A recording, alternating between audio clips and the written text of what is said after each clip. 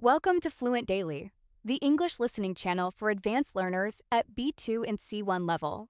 Every episode features a rich, flowing conversation in natural English on a topic that is genuinely worth thinking about: history, psychology, science, philosophy, and more. There are no simplified sentences here, no slow speech, no vocabulary drills. Just real English spoken naturally on ideas that matter. Your job is simple. Listen. Let the language wash over you. You don't need to understand every word. Just stay with the conversation, follow the ideas, and let your English do what it's designed to do: absorb. This is Fluent Daily. Let's get into it. If you want to accurately predict your heart health at age 80, your doctor shouldn't actually be looking at your cholesterol levels today. No, they really shouldn't. Right? They should be looking at your marriage, your friendships, like the people you can call at 2 in the morning. Today, we are tearing down the multi-billion-dollar self-help industry. We really are. We are bypassing the wellness retreats, the dopamine fasting influencers, the corporate mindfulness seminars, all of it. Because you deserve an actual, rigorous look at the science of human flourishing. Welcome to a brand new deep dive. Yeah, we are staring down a massive stack of research today, decades of longitudinal studies, cross-cultural data, and neurobiological models. And it is all centered on one deceptively simple question: what actually makes a good life? It's a question that usually gets hijacked by, philosophy or marketing. Exactly. But today, we're forcing it through a strictly empirical lens. I mean, in a world of absolute information overload, critical thinking is the only defense we have. Oh, absolutely. We are surrounded by government policies, school curricula, and corporate human resources programs built entirely on these studies of happiness and well-being. Knowing which of those studies are structurally sound and which are basically built on mathematical sand completely changes how you evaluate your own life choices. So we have to start our forensic investigation at a very specific origin point. Because to understand how the public understanding of happiness got so distorted, we really need to look at the launch of positive psychology. Right. Because before 1998, if you cracked open a psychology textbook, you were essentially reading a manual on human pathology. Yeah, it was entirely focused on what goes wrong with the human mind. Exactly. Depression, anxiety, neurosis, trauma. The baseline assumption in the field was that psychology's sole mandate was getting people from a negative state back to a neutral zero. But then in 1998, Martin Seligman used his presidential address to the American Psychological Association to fundamentally flip that mandate. He did. He argued that removing depression doesn't automatically create happiness. So he proposed a formal scientific study of what makes life worth living, getting people from 0 to a positive 10. Which, on paper, sounds incredibly refreshing. And the global public clearly agreed. I mean, positive psychology exploded. It became one of the most commercially lucrative subdisciplines in the history of science. Oh, every publisher wanted a book on the new science of happiness. Right. But when a scientific field explodes in popularity that fast, the rigor almost always struggles to keep up with the PR. Yeah, the popularization ran miles ahead of the peer review. In the decade following that massive cultural embrace, the field severely oversold its preliminary findings. We saw several of the most famous, most heavily quoted foundational concepts in positive psychology challenged, heavily qualified, or in some cases, just entirely retracted. It was a massive course correction for the discipline. Okay, let's unpack this. Because if you have consumed any self-improvement media in the last 2 decades, you have absolutely internalized these concepts as biological laws. Yeah. First up is the original extreme version of the hedonic treadmill. Right, the narrative was that humans are basically emotional shock absorbers. We bounce back from absolutely everything, win the lottery, suffer a catastrophic injury, get fired. Eventually, you just return to your genetic baseline of happiness. The initial hypothesis basically posited that adaptation was swift and total. But as longitudinal datasets grew, tracking hundreds of thousands of people over decades, that absolute formulation completely fell apart. So the shock absorbers do break. They do. Yes, human adaptation is a powerful biological force, but systematic research proved that major, specific life events produce permanent downward shifts in a person's baseline well-being. Like what kind of events? Severe chronic disability, for one. Also, the sudden widowhood of a long-term spouse and prolonged involuntary unemployment. Those things do not simply buff out over time. People do not magically bounce back to a perfect pre-trauma zero. I mean, that makes total intuitive sense. But the self-help industry weaponized the whole you can overcome anything narrative to sell books. Yeah. It's much harder to market the reality that some pain actually just stays with you. Exactly. Which leads directly to the second major casualty, and arguably the most egregious. Oh, I know this one. The positivity ratio. I vividly remember this dominating corporate culture. Yes. The claim was that human flourishing required a precise, universal mathematical ratio of positive to negative emotions, specifically 3-to-1. For every one negative thought you have, you must generate 3 positive ones to thrive.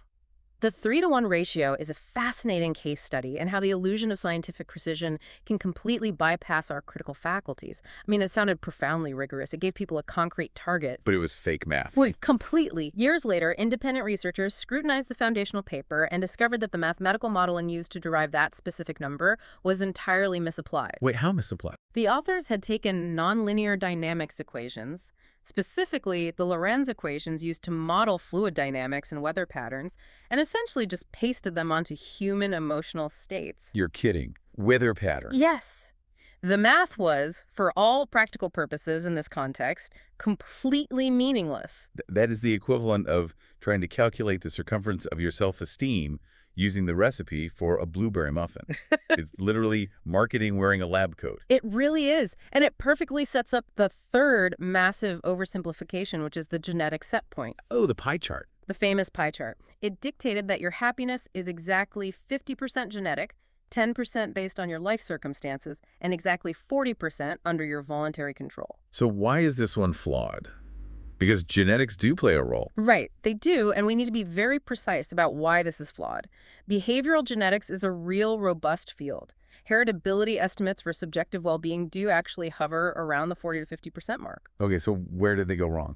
Well, heritability is a population-level statistic. It describes a variance among a group of people. It does not mean that 50% of your specific individual happiness is locked in your DNA. Oh, I see. Yeah, the popularizers took a complex statistical variance metric and turned it into an actionable pie chart for the individual. That 40% voluntary control slice became the financial engine for an entire industry of coaching and self-improvement. I look at that 3-to-1 ratio and that 40% voluntary control claim, and they mirror fad diets perfectly. Oh, absolutely. You know the ones?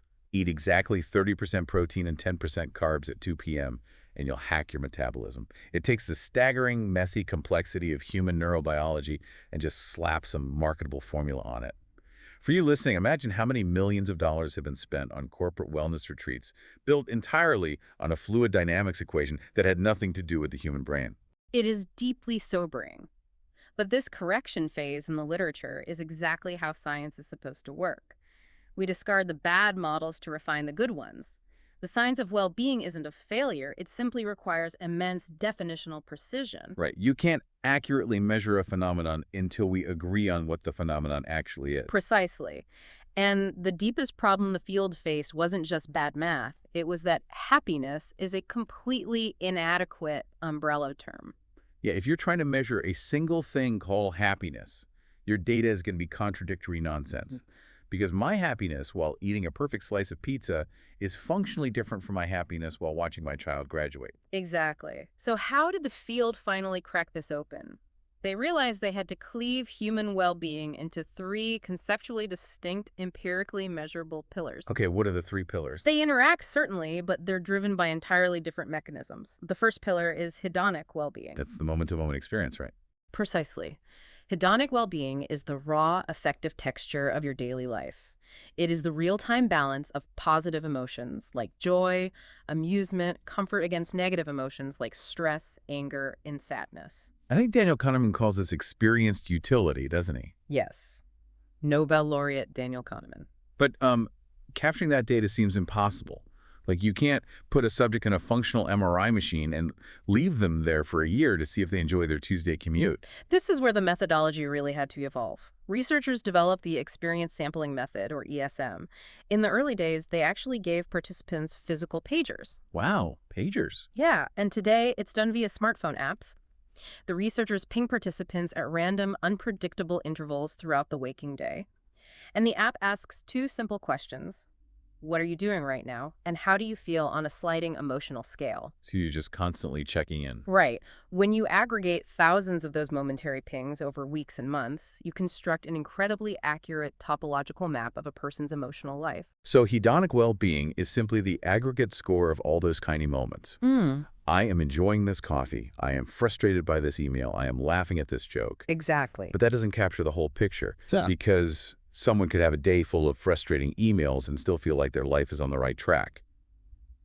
Which brings us to the second pillar, evaluative well-being. Evaluative well-being is a cognitive judgment. It requires you to mentally step back, pause your immediate emotional state, and assess your life as an overarching narrative. And how do they measure that? The gold standard measurement tool for this is the Cantrell ladder, which is heavily utilized by the Gallup World Poll. Oh, I have taken this poll. You are asked to imagine a ladder with 10 rungs. The 10th rung at the absolute top represents the best possible life you can imagine for yourself. Okay. And the bottom rung represents the absolute worst possible life. Right. And they ask, on which rung of the ladder do you feel you stand right now? Now, notice how different that mechanism is from the smartphone ping. It doesn't matter if you happen to be stuck in traffic or eating a great meal when they ask you the latter question. You are evaluating your life against your own internal subjective benchmarks of success. So things like income and career really matter here. Immensely. Income, career prestige, and social status heavily influence evaluative well-being, whereas they have surprisingly little impact on your moment-to-moment hedonic state. Which introduces a massive tension. I mean, I might be incredibly stressed in the moment. My hedonic score is practically in the basement because I'm working an 80-hour week. But if you ask me to step back, I might say, well, I just made partner at my law firm. I own a home. I am succeeding. Yes. So I place myself on rung 8 of the ladder. High evaluative well-being, miserable hedonic well-being. And that tension is exactly why single metric studies fail. But the complexity deepens even further with the third pillar, eudaimonic well-being. Eudaimonic. That's a mouthful. It is. This dimension is entirely concerned with meaning, psychological engagement, and the realization of human potential. Where does that even come from? The conceptual roots trace all the way back to Aristotle's idea of eudaimonia, but modern psychology measures it primarily through frameworks like Carol Reef's six-dimension model. How does Reef break down meaning into something you can actually measure on a survey? She measures levels of personal autonomy, environmental mastery, personal growth, the presence of positive relations, a sense of purpose in life, and deep self-acceptance. Okay, let's test the structural integrity of these 3 pillars with a real-world scenario, because this is where it gets real for you listening.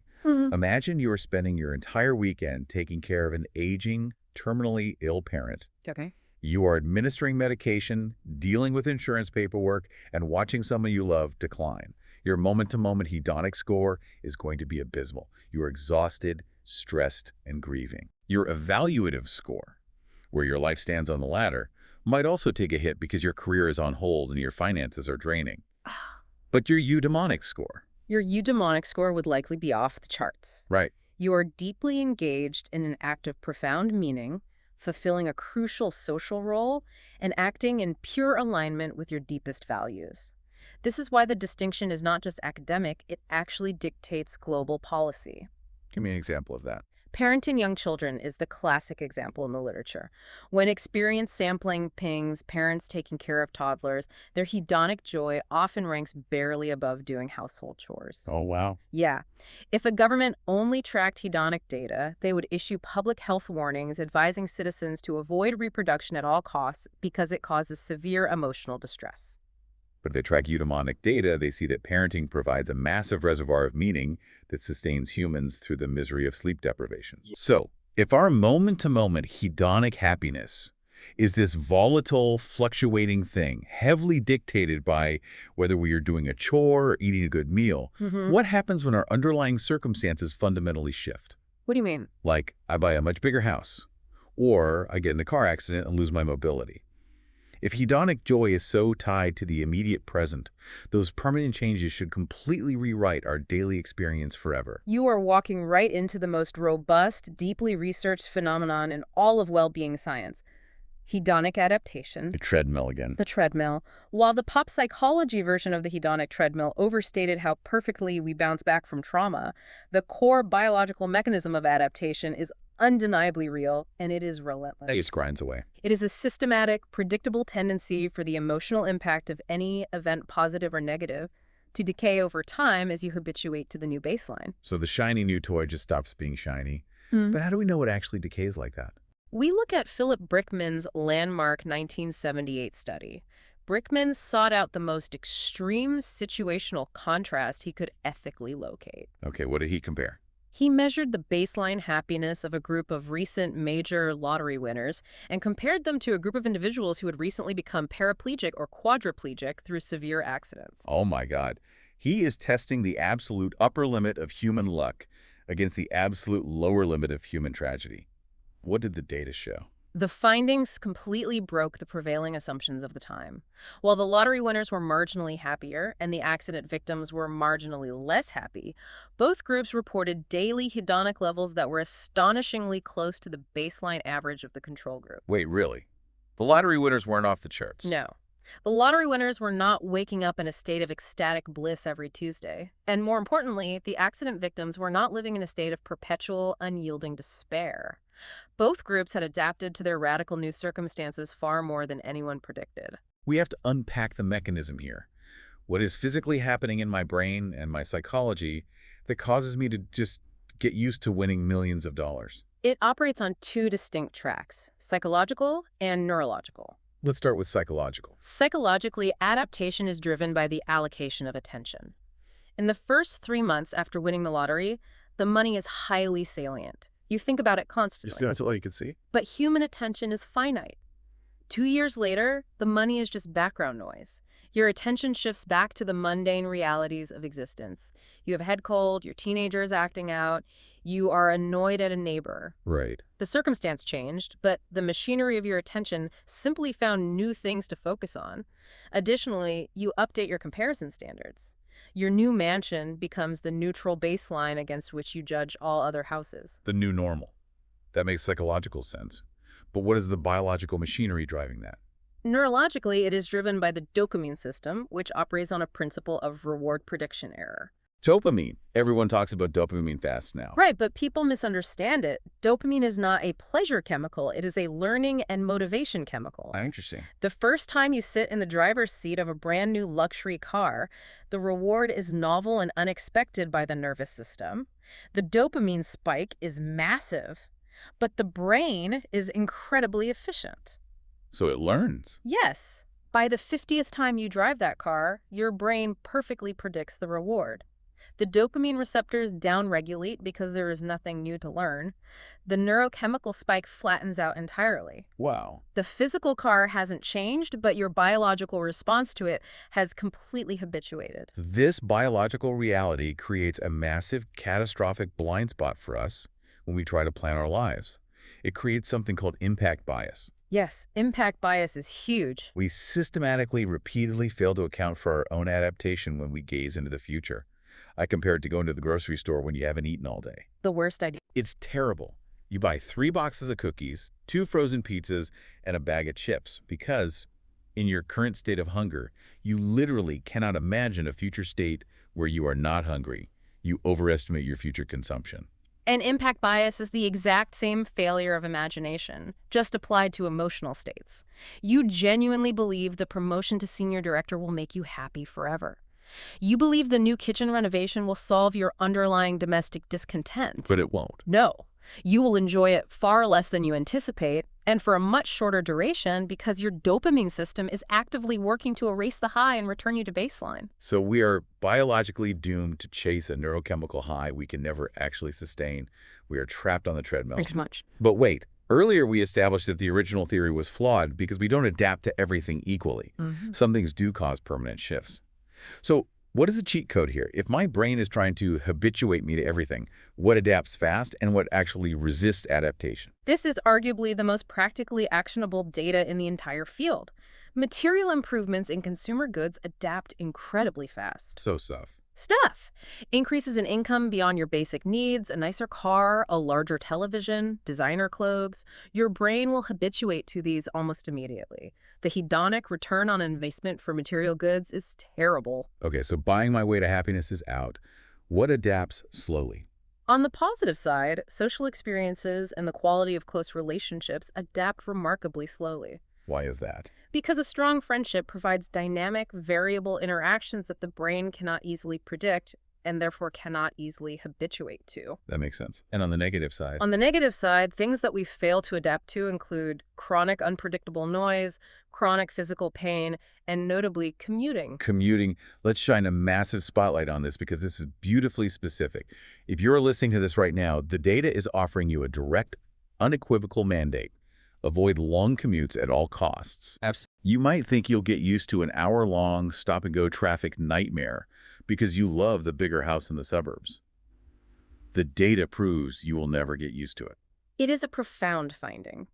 The psychological friction of a commute resists adaptation because the stress is inherently unpredictable. Right, you never know what's going to happen. Exactly. One day it's an accident on the highway, the next day it's bad weather, the next day someone cuts you off.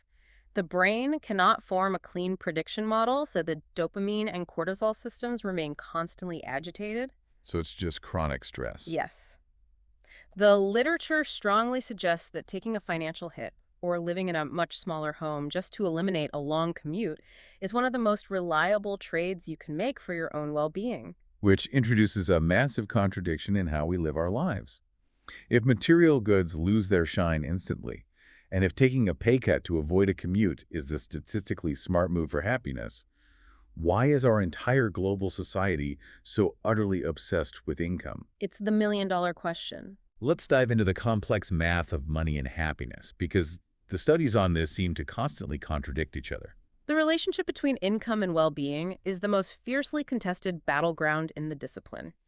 The prevailing models have been repeatedly torn down and rebuilt as larger, higher-resolution data sets become available. So where do we even begin? To understand where we are, we have to start in 1974 with the economist Richard Easterlin. Oh, the famous Easterlin paradox. Yes.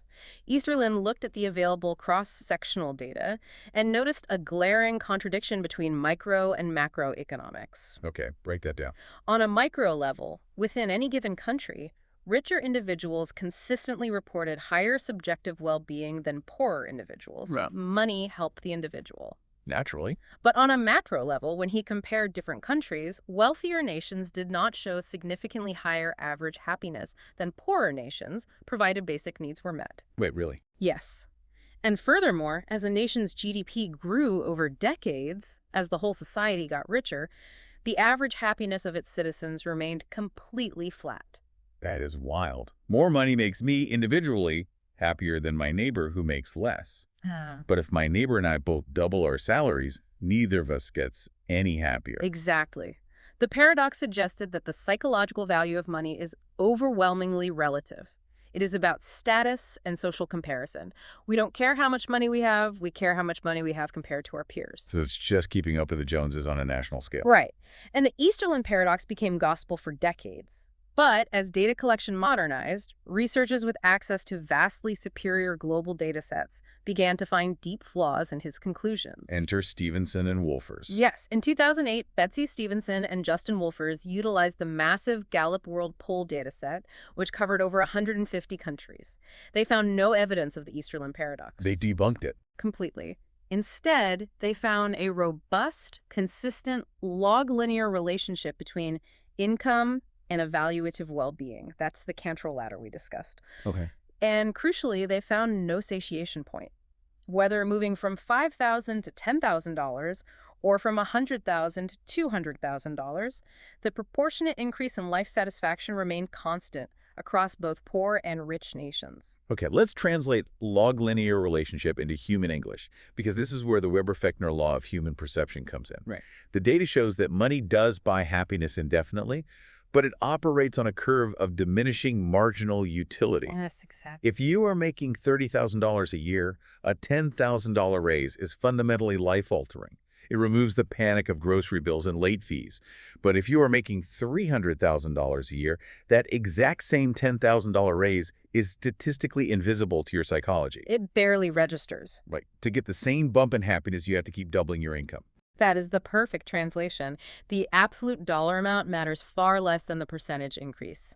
So, Stevenson and Wolfers proved evaluative well-being scales infinitely with income. But then another study dropped, right? Yes. In 2010, two heavyweights, Daniel Kahneman and Angus Deaton, published a study that complicated everything, and it arguably became the most misquoted study in the history of psychology. Oh, the $75,000 threshold. I remember this vividly. Every magazine and financial blog ran with the headline, "Science proves you don't need more than $75K to be perfectly happy." Exactly. But the media deeply misunderstood what Kahneman and Deaton actually measured. They split well-being into our two pillars, evaluative life satisfaction and hedonic emotional experience. The latter versus the daily pings. Right. They agreed with Stevenson and Wolfers that evaluative well-being, the latter, continues to rise indefinitely with income.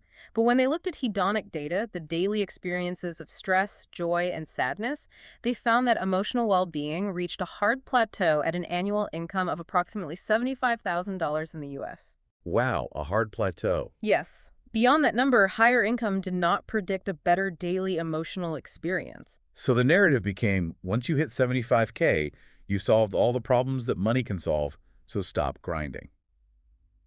But the science didn't stop in 2010. A decade later, a researcher named Matthew Killingsworth came along. Yes, Killingsworth leveraged modern smartphones to collect over 1 million real-time experience sampling reports. And his data completely contradicted Kahneman. Completely. Completely. Killingsworth found absolutely no plateau. His high-resolution real-time data showed that moment-to-moment hedonic well-being continued to rise in tandem with income well past $75,000, stretching into the hundreds of thousands. You now have two highly respected researchers staring at two massive data sets that say fundamentally opposite things about human emotion and money. In most scientific disciplines, this results in a decade of passive-aggressive, peer-reviewed sniping. What happened here? What's fascinating here is that it led to one of the most elegant moments in recent scientific history. Kahneman and Killingsworth engaged in an adversarial collaboration. They teamed up.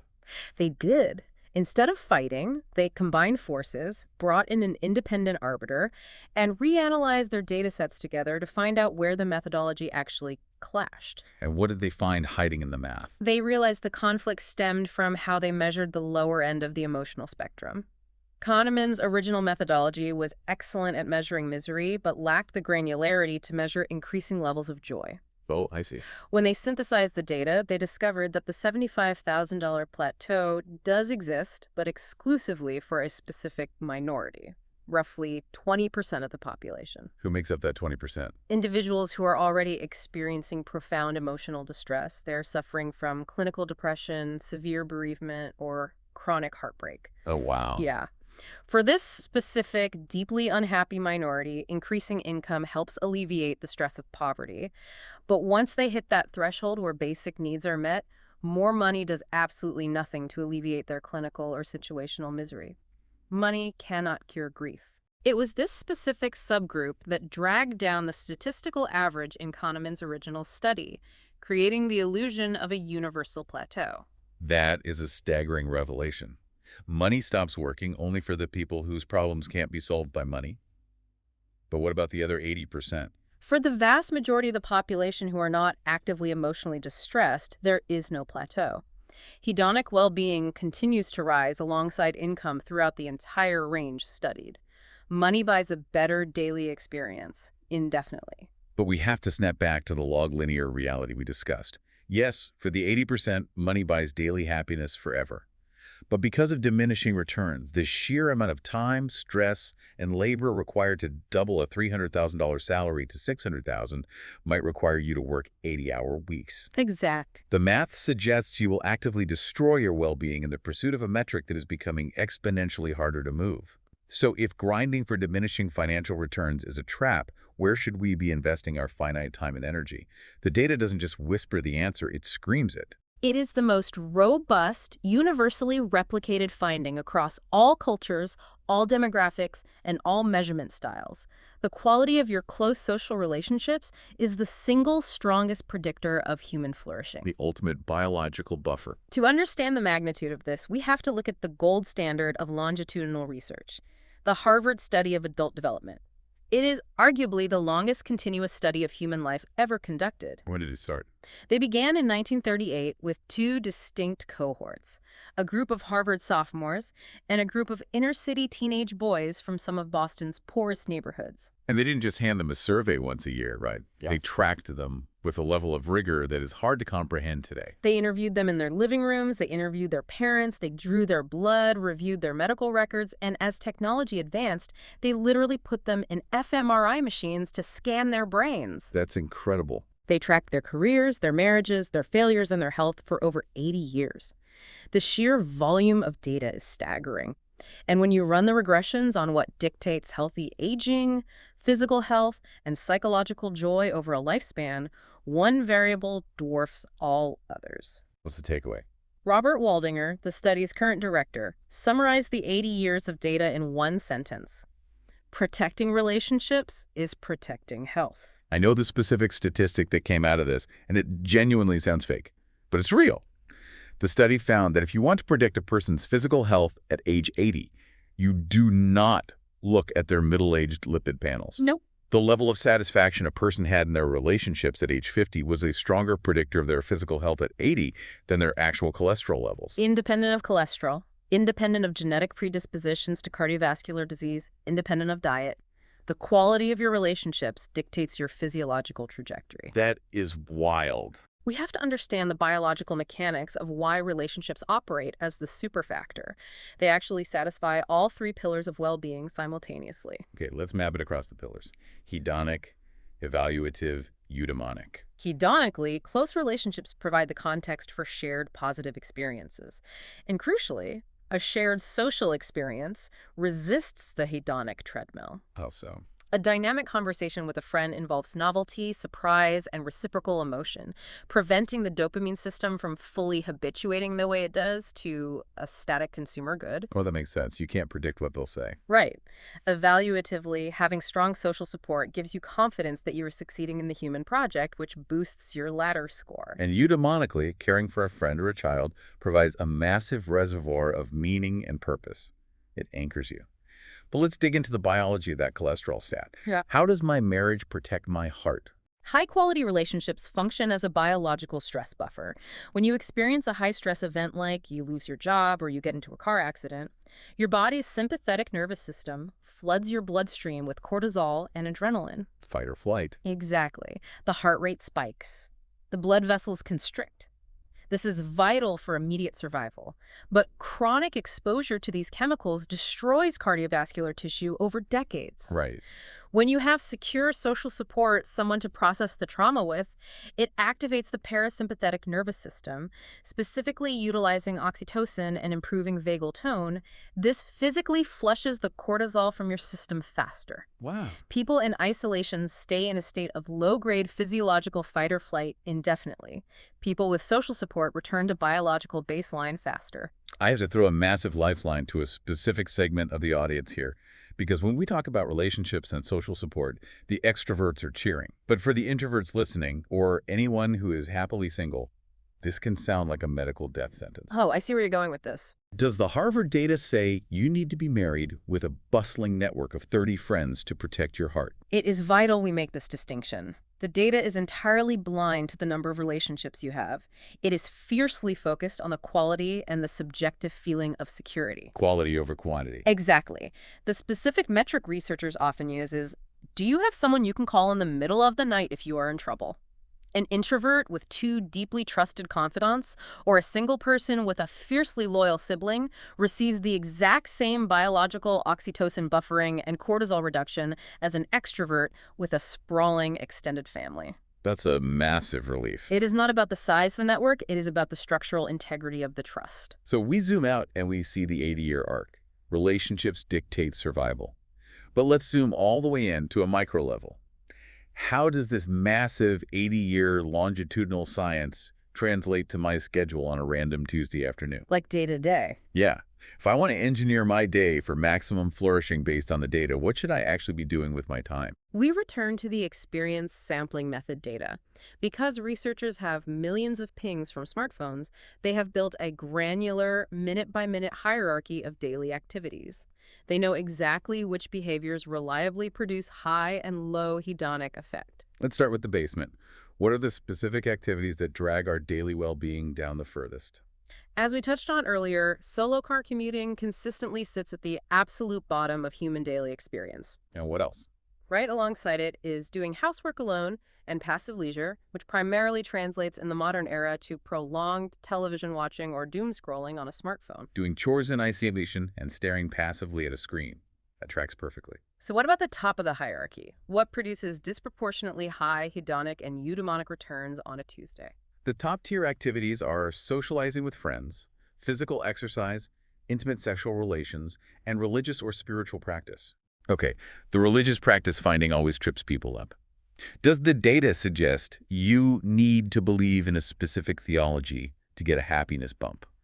Does the universe reward specific dogmas? The literature strongly indicates that the well-being benefits of religious practice are secular in their mechanism. Secular? How? It is not the theology that protects you, it is the infrastructure of the community. When you attend a weekly religious service, you are engaging in synchronized social behavior with a community of people who share your core values. You are building that social safety net, and you are engaging in rituals that assign eudaimonic meaning to suffering and existence. A deeply engaged, highly organized secular community group could theoretically provide the exact same biological and psychological buffering. It's the gathering, not the doctrine. Beyond these daily activities, there's also the work of Sonja Lyubomirsky, who spent her career studying how to actively intervene in our own well-being without triggering the dreaded hedonic treadmill. What did she find actually works? Lyubomirsky identified specific, effortful practices that resist rapid adaptation. Expressing targeted gratitude, engaging in deliberate acts of kindness, and pursuing intrinsically meaningful goals. Why do gratitude and kindness resist adaptation? Why doesn't the brain just habituate to saying thank you the same way it habituates to a new car? Because of inherent variability. Yeah. You can buy the same car once, but you can express gratitude for 1,000 different things in 1,000 different ways. Right. You can perform acts of kindness for different people under different circumstances. The brain requires predictable routine to habituate. Kindness and gratitude introduce constant positive novelty into your social environment, which continuously spikes the reward prediction error in the dopamine system. Oh, that is so cool. Furthermore, it strengthens social bonds, which loops right back into the oxytocin buffering we just discussed. There's a massive unified theory emerging here. Whether we are talking about pursuing a challenging goal at work, exercising, socializing, or practicing kindness, active engagement with the world consistently beats passive consumption. Sitting alone on the couch watching Netflix feels comfortable, but it is a psychological dead end. The data is unequivocally telling us that once your basic material needs are met, how you spend your time matters infinitely more than what you own. Time use is the ultimate currency of human flourishing. So let's take everything we've built, the need for social trust, the poison of long commutes, the biological necessity of community and work-life balance, and zoom out to the macro geopolitical level. Okay. If these are the undeniable ingredients for a good life, which countries are actually building their infrastructure around this? Because the scientific data is clear, but when we look globally, some societies are clearly executing the blueprint much better than others. For that macro view, we rely on the World Happiness Report, which aggregates the Gallup World Poll data across hundreds of nations. And the results are notoriously consistent. Year after year. Yes, year after year, the Nordic countries absolutely dominate the highest echelons of the rankings. Finland, Denmark, Iceland, Norway, and Sweden consistently report the highest levels of evaluative well-being and high levels of hedonic balance. This always triggers a massive wave of skepticism. People love to wave the Nordic model away. I hear it constantly. Oh, they just have lower expectations for life, or it's just a cultural quirk of measurement. But the data is too robust to dismiss as a fluke, isn't it? It is not a statistical artifact. When sociologists and economists dissect the societal variables that correlate with these massive national well-being scores, a very clear structural recipe emerges. That's the recipe.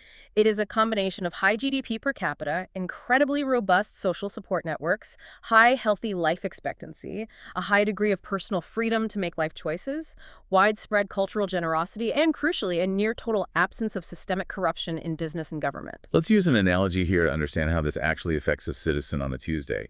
I like to think of a society as a road network and the individual citizen as a car. I like this. A society with low trust, high corruption, and weak social safety nets is a road filled with massive potholes. You, the driver, have to grip the steering wheel constantly.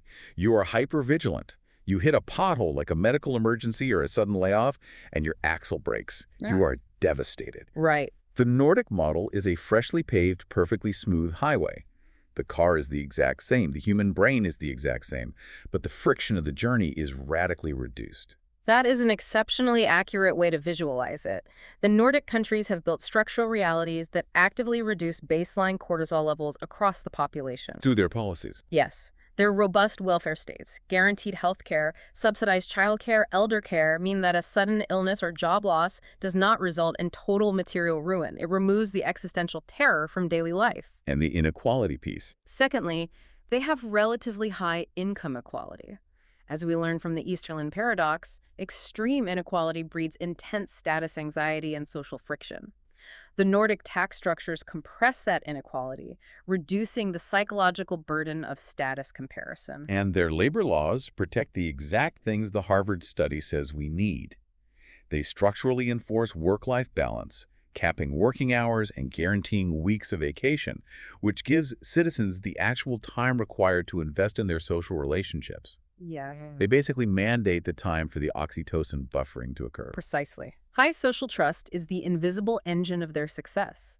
When you trust your neighbor to return a lost wallet and you trust your government to use your tax dollars efficiently, the daily cognitive load of defensiveness just vanishes.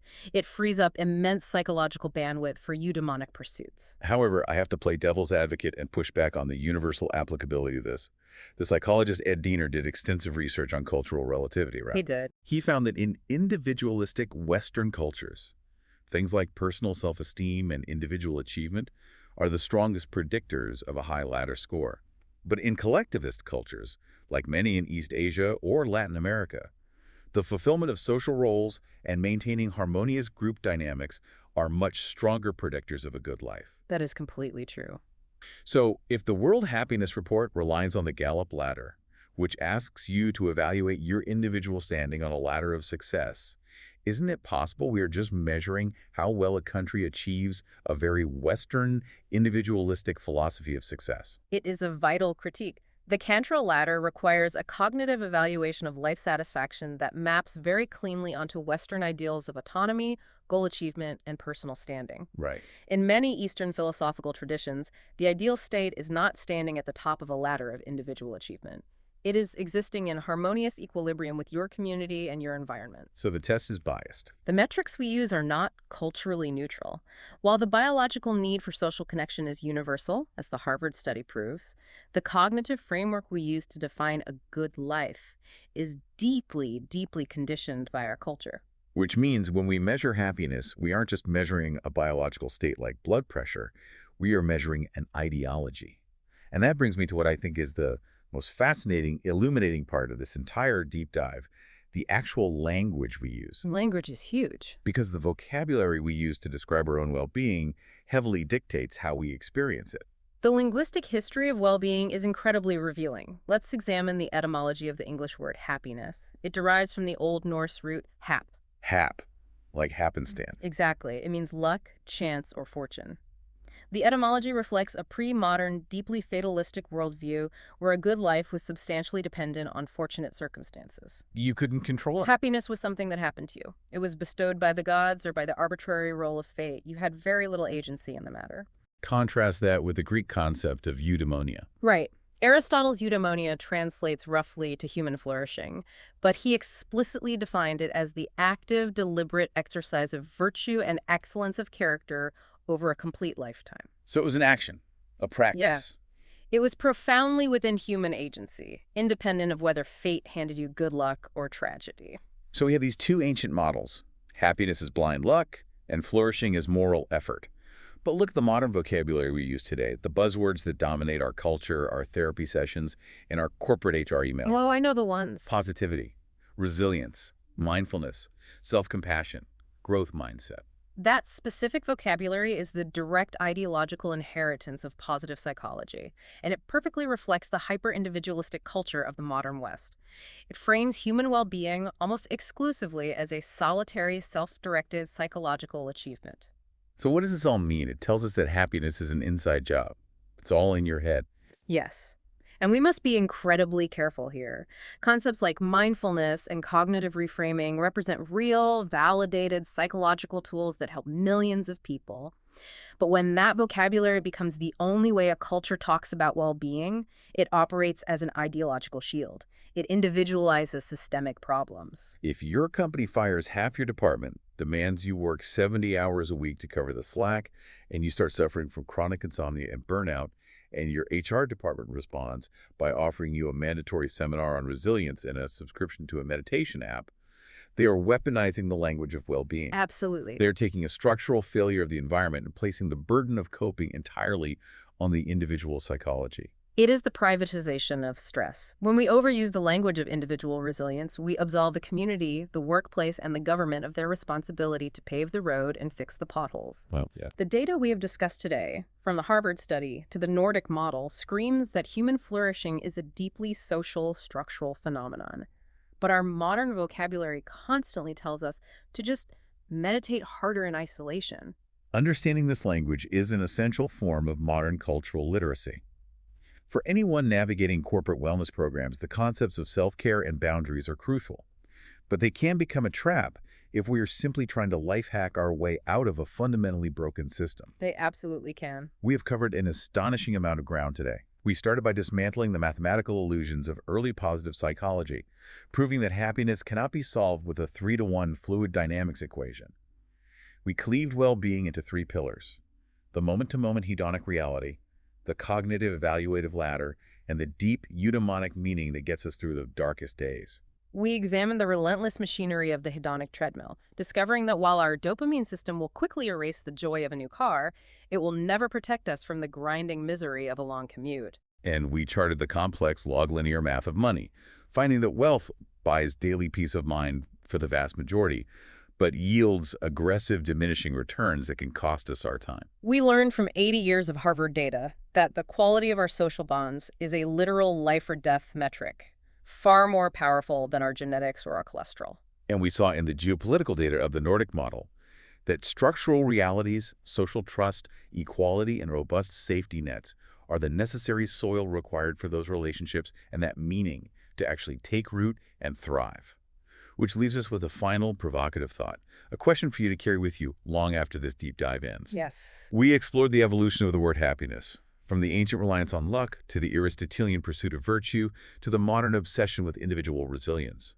But when we look at the undeniable data proving that human flourishing requires a village, requires trust, time, and shared resources, it forces a profound confrontation with how we live today. If the most robust data shows that human flourishing is deeply dependent on structural factors like social trust, short commutes, and income equality, are our modern individualistic self-care routines actually just a desperate attempt to meditate our way out of societal failures? Right. Can you truly life hack your way to happiness in a vacuum? Or is genuine, lasting flourishing literally impossible without a community and a structure that actively catches you when you fall? Can you fix the X-ray if the machine itself is fundamentally broken? That is the question you must ask yourself the next time you hear a new buzzword promising to optimize your joy. Thank you for joining us on this deep dive. We encourage you to look at your own daily routines, your commute, your closest relationships, and the very words you use to describe your life in a completely new light. We will see you next time.